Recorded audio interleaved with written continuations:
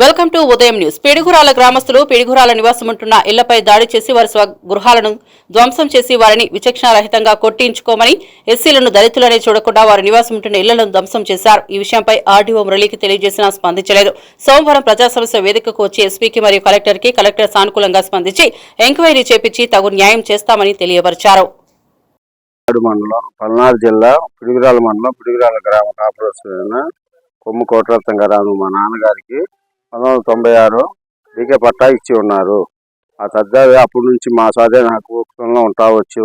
మేము ఇల్లు నిర్మించుకొని మా అమ్మగారు, మేము, నా కుమారులు, మా చెల్లెళ్ళు అందరూ ఇల్లు నిర్మించుకొని దాంట్లో జీవనం సాగిస్తూ నివసిస్తున్నాము.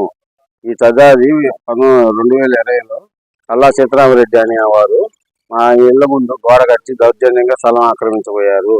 అప్పుడు గౌరవ హైకోర్టుని ఆశ్రయించి ఉన్నాము. గౌరవ హైకోర్టు నుంచి ఆర్డర్ పొంది ఉన్నాము. ఆ తదుపరి 2021లో మద్దాల సుబ్బయ్య అనే అతను దౌర్జన్యంగా మా పని వస్తే ఆయన హైకోర్టుకు వస్తే హైకోర్టులో హైకోర్టు పెండింగ్లో పెట్టి ఉన్నది. అదే నేపథ్యంలో 14వ తారీఖు 2025 సంవత్సరం 14వ తారీఖు మమ్మల్ని దౌర్జన్యంగా అర్ధరాత్రి 1:25కి వచ్చి మా జేసీబీ తీసుకొని వచ్చి ఇళ్ల మీద పడి ఇల్లు కూల్చివేసి మా పిల్లల్ని మా హోటల్లో మొత్తం కూల్చివేసి మా పిల్లల్ని మా అమ్మల్ని కొట్టి మాది మొన్న కొడకల రోడ్డు పక్కన మీకు స్థలాలు ఎందుకు, ఇల్లు ఎందుకు అని చెప్పి కొట్టి కారం చల్లి గందరగోళంగా లాగి బయట ఇసిరేసి మమ్మల్ని రోడ్డు పాలు చేసి ఉన్నారు. దాని విషయమై కలెక్టర్ గారిని, ఎస్పీ గారిని కలవటానికి వచ్చి ఉన్నాము.